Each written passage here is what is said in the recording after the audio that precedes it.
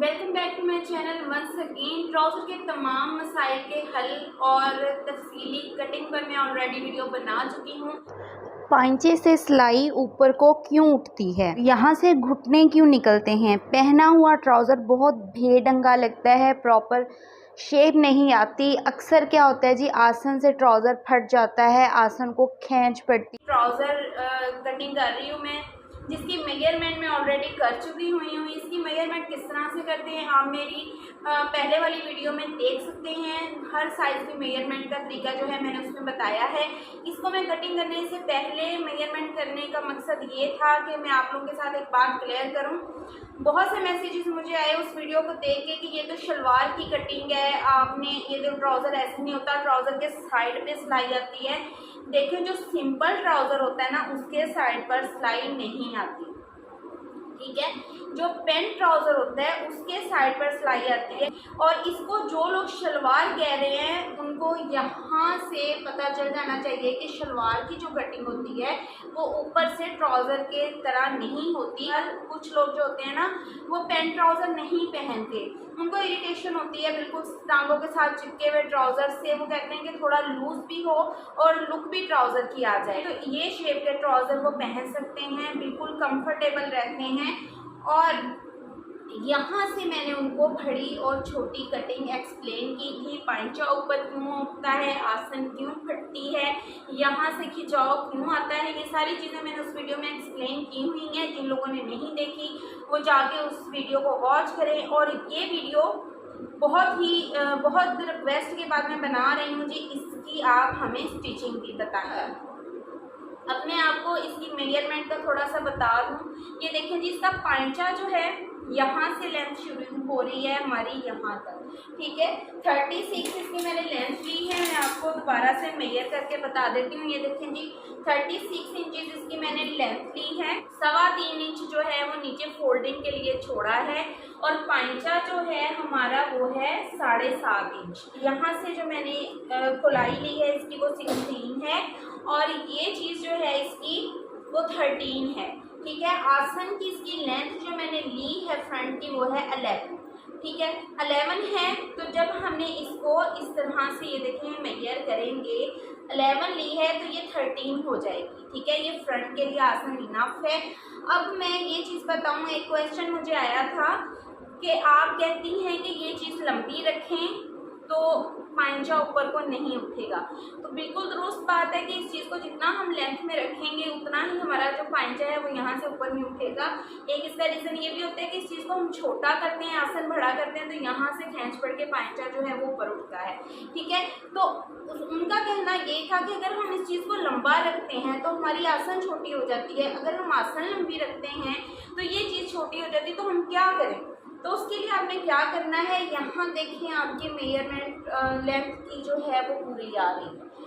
इस पर मैंने मार्जिन ऐड नहीं किया फोल्डिंग का।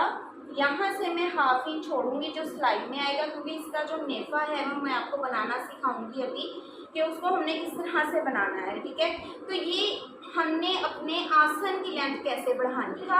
अब हमने आसन बढ़ाना है ऊपर की तरफ। और अब आपके माइंड में ये बात आ रही होगी कि अगर हम आसन ऊपर को बढ़ाते हैं हमारी तो लेंथ भी बड़ी हो जाएगी। तो ऐसा नहीं होगा। आपने यहाँ से ये देखिए, जिनकी बैक हैवी होती है वो 2.5 इंच बढ़ा लें, ठीक है। यहाँ से 2.5 इंच ऊपर की तरफ बढ़ा लें। जिनका ज़्यादा ही इशू होता है कि हाँ वो बैठते हैं तो उनका पीछे से जो है वो आसन नीचे को सरकता है, कमर नंगी होती है, तो 2.5 इंच लाजमी यहाँ से आपने ऊपर की तरफ बढ़ाना ही बढ़ाना है, ठीक है। इसमें फोल्डिंग नहीं है, मैं बार बार बता दूँ। अगर आपने इसमें फोल्डिंग भी रखनी है तो 2.5 इंच के बाद आप 2 इंच जो है वो प्लस कर लीजिए अपनी फोल्डिंग का। लेकिन इसमें मैं फोल्डिंग नहीं रख रही, तो ये 2.5 इंच, ठीक है। यहाँ 2.5 इंच के ऊपर मैंने निशान लगाया। अब मैं आपको बताऊंगी कि किस तरह से हमने आसन अपनी बढ़ानी है। ये देखें, ये जी इस तरह से निशान लगा देंगे। ये जो मैंने 1/2 इंच निशान लिया है ये हमारा सिलाई में जो मार्जिन आना है उसके लिए रखा है। ये आ गया जी 2.5 इंच पर। अब एक और चीज़, ये बंद साइड जो है 4 फोल्ड फैब्रिक है, बंद साइड मेरी तरफ है, ओपन साइड उस तरफ है। ये चीज़ आपने ध्यान में रखनी है। ये स्ट्रेट ट्राउज़र है, मतलब कि इसको हम सिंपल ट्राउज़र भी बोलते हैं। मैं दोबारा रिपीट कर दूँ, ये पैंट ट्राउज़र नहीं है। कमेंट में मुझसे ये मत पूछा जाए कि पैंट ट्राउज़र तो है ही नहीं है, ये तो आपने शलवार बना दी। तो बहनों, शलवार जो होती है उसका घेर बड़ा होता है और ऊपर से वो इस शेप में कटिंग कभी नहीं होती। ये देखें, यहाँ से आसन हमने बढ़ा लिया हुआ है और ये चीज़ जो है ये भी हमारी लंबी है। इस चीज़ को हमने छोटा नहीं करना, आसन को हमेशा ऊपर की तरफ जो है वो बढ़ाना है। ठीक है, अब ये 4 फोल्ड फैब्रिक को मैं ऐसे ही कटिंग कर दूंगी। और ये चीज़ जो है मैंने आपको पहले भी एक्सप्लेन की है कि इस तरह से इसकी गोलाई करनी है, इसको इस तरह से डीप लेके नहीं जाना। इससे क्या होगा कि यहाँ खिंचाव पड़ेगा, आपकी ये चीज़ फटेगी भी। और ये चीज़ जो आपने गोलाई लेनी है कम से कम आपने यहाँ से 1.5 इंच पर लेनी है। ठीक है, इस तरह से हम इसकी गोलाई लेंगे। ये देखें जिसको हमने कटिंग कर लिया है। अगर आप चाहें तो इसमें मार्जिन ज़्यादा भी छोड़ सकती हैं, क्योंकि ये पैंट ट्राउज़र नहीं है कि जिसमें कवर करना मुश्किल हो जाए। पैंट ट्राउज़र में पूरा ही मार्जिन होता है, उसमें हम ज़्यादा नहीं छोड़ते। अब आप सोच रहे होंगे कि ये तो चारों एक जैसे ही कट गए हैं, तो फ्रंट बैक की तो कुछ समझ ही नहीं आनी। तो आपने क्या करना है, इन चारों पीसीस को ना, क्योंकि ये मैंने यूँ रखे हुए हैं, आपने इनको ऐसे साथ मिला लेना है। ये एक रखा और ये फिर ऐसे इनको आपस में मिला लेना है। ये देखें, इनको आपस में इस तरह से मिलाने के बाद यहाँ से हमने 1/2 इंच का मार्जिन छोड़ना है इस जगह से, और इसको बिल्कुल हमने इस तरह से सीधा कर देना है। ये हो गई हमारी फ्रंट की कटिंग और ये देखें जी, ये हो गई हमारी बैक साइड की कटिंग। अब हम इसको स्टिच करके आपको दिखाएंगे कि इसको हमने स्टिच किस तरीके से करना है। अब यहाँ पे देखें, ये जो आसन वाली साइड है, ये वाले आसन वाले हिस्से हैं, इनको हमने, ये देखें ये वाले जो हैं, इनको हम सबसे पहले स्टिच करेंगे। ये बैक साइड है जो थोड़ी हमने लॉन्ग कटिंग की हुई है, तो हम यहाँ पर इसको पहले सिलाई लगाएंगे। अच्छा, इसकी ये जो सिलाई है यहाँ से आपने थोड़ा सा छोड़ देना है और यहाँ तक रोक देनी है। ठीक है, पूरी इसको नहीं लगानी, यहाँ से थोड़ा सा छोड़ देंगे हम और यहाँ पे इसको ख़त्म कर देंगे। अब ये देखें, यहाँ पर ये वाली सिलाई लगाने के बाद यहाँ तक मैंने थोड़ी सी सिलाई छोड़ दी हुई है। ये मैं आपको आगे चल के बताऊँगी कि ये सिलाई हमने यहाँ तक कंप्लीट क्यों नहीं लगाई। ठीक है, या आपने सबसे पहले ये बैक का जो ऊंचा वाला हिस्सा है ना, उसको आपने स्टिच करना है, फ्रंट वाले पार्ट को नहीं। अब हमने क्या करना है, ये देखें मैंने यहाँ पर 2.25 इंच चौड़ी जो है वो पट्टी कटिंग की है। ये देखें 2.25 इंच चौड़ी है और लेंथ आपने जितना आपका ये सारा बनता है उसके अकॉर्डिंग आपने इसकी ना पट्टी की लेंथ ले लेनी है। इसको खोल के देख लेना है कि कहाँ तक हमारा जो है ना ये खुला आ रहा है। ठीक है, उस हिसाब से आपने ये देखें इस तरह से पट्टी की जो लेंथ है ना, आपने इसकी खुलाई के हिसाब से ले लेनी है। ठीक है, अब इसका हमने फोल्डिंग इसकी किस तरह से लगानी है वो मैं आपको दिखाती हूँ। अब ये देखें, इस पट्टी को जो है मैं इस ट्राउज़र की सीधी साइड के साथ अटैच करूँगी।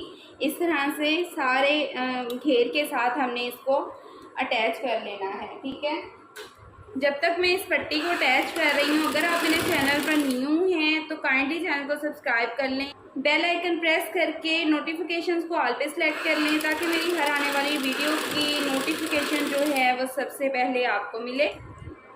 ये देखें जी, इस पट्टी को मैंने पूरे घेर के साथ जो है ऊपर स्टिच कर लिया हुआ है। अब इसकी ये जो साइड है इसको हम बंद करेंगे।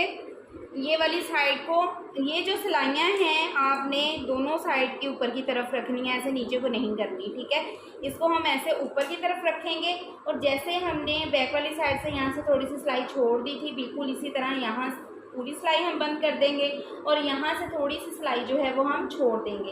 अच्छा, यहाँ पर देखिए हमने दोनों साइड्स पे सिलाई लगा ली हुई है। अब आती है जी नेफे की बारी। तो इस पॉइंट पे मैं आपको एक बात क्लियर कर दूँ, अगर आप चाहें तो फ्रंट प्लेन और बैक इलास्टिक भी इसका बना सकती हैं और फुली इलास्टिक वाला भी बना सकती हैं। तो अभी फ़िलवक़्त मैं इसको फुली इलास्टिक वाला बनाऊंगी। ठीक है, तो ये हमने जो ये देखिए यहाँ पर हमने फैब्रिक लगाया है ना, तो ये सारा हमने यहाँ तक, ठीक है, इसको अंदर फोल्ड करना है।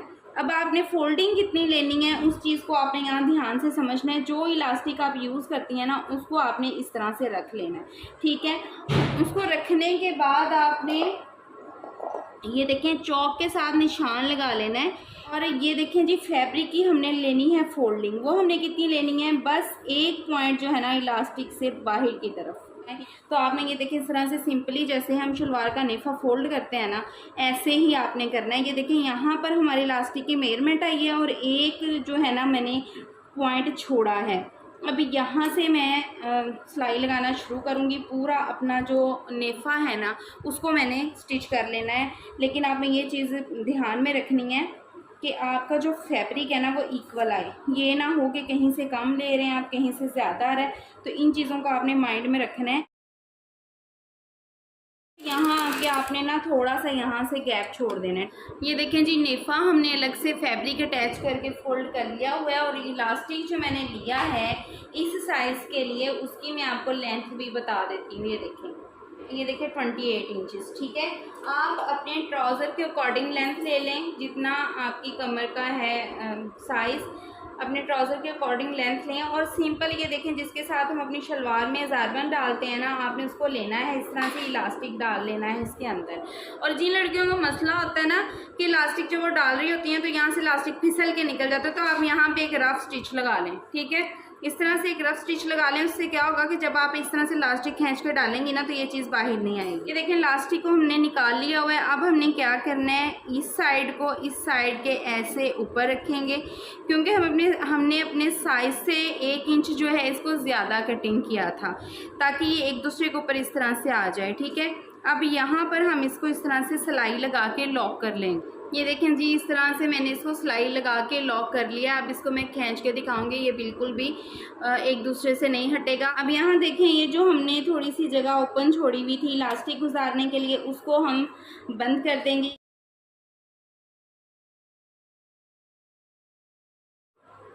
ये देखें जी, नेफा हमने रेडी कर लिया हुआ है। अब आती है पांचों की बारी। तो सबसे पहले हमने क्या करना है, यहाँ पर मैं आपको बता दूं कि हमने ये चीज़ जो है, बहुत सी लड़कियां पूछती हैं कि आप इस चीज़ को जो है वो थोड़ा बढ़ा के कटिंग क्यों करती हैं। तो अब मैं आपको ये चीज़ समझाऊंगी कि इसको हमने थोड़ा सा यूं कटिंग क्यों किया हुआ है।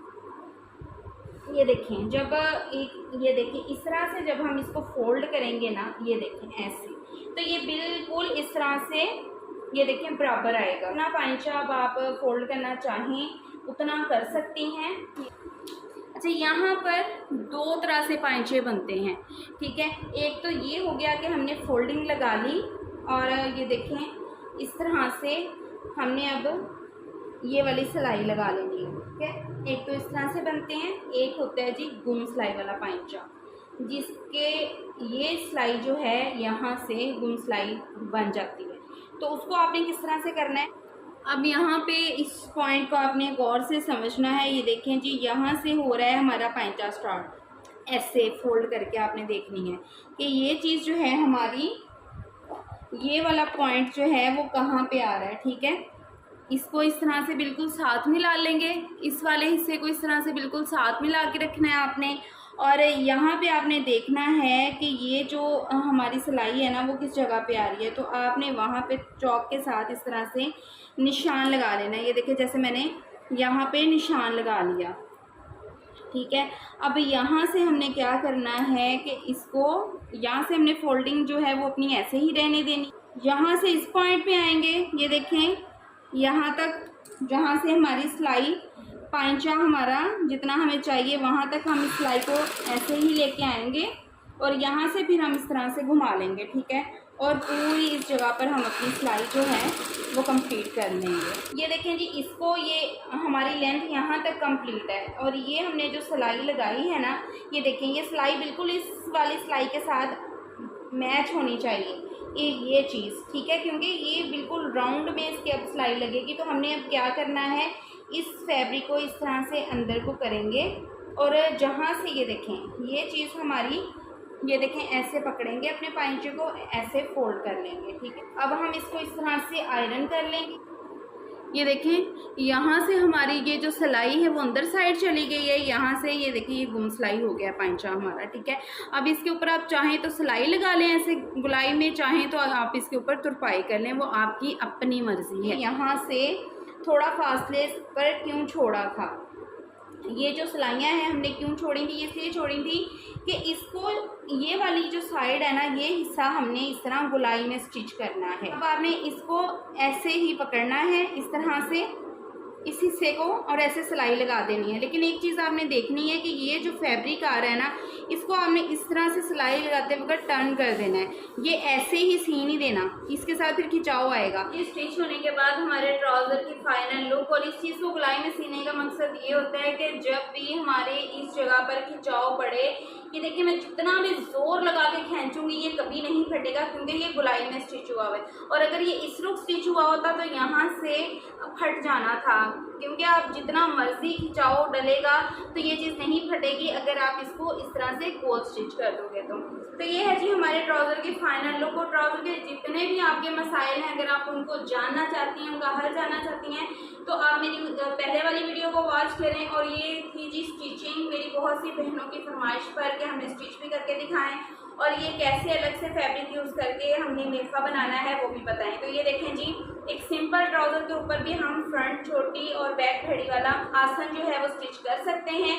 तो आई होप कि आपको हर चीज़ आसानी से समझ में आ चुकी होगी। तो जो बहनें ये चीज़ कहती हैं कि ये तो जी शलवार है, ये ट्राउज़र नहीं है, तो मेरी बहनों काइंडली शलवार के ऊपर ये चीज़ नहीं बनती, ये चीज़ ट्राउज़र के ऊपर बनती है और शलवार का घेर जो है वो खड़ा होता है। अगर वीडियो अच्छी लगी हो तो वीडियो को लाइक कीजिएगा और बहुत ही प्यारा सा कमेंट करके अपनी प्यारी सी राय का इजहार करना है और चैनल को सब्सक्राइब करना है।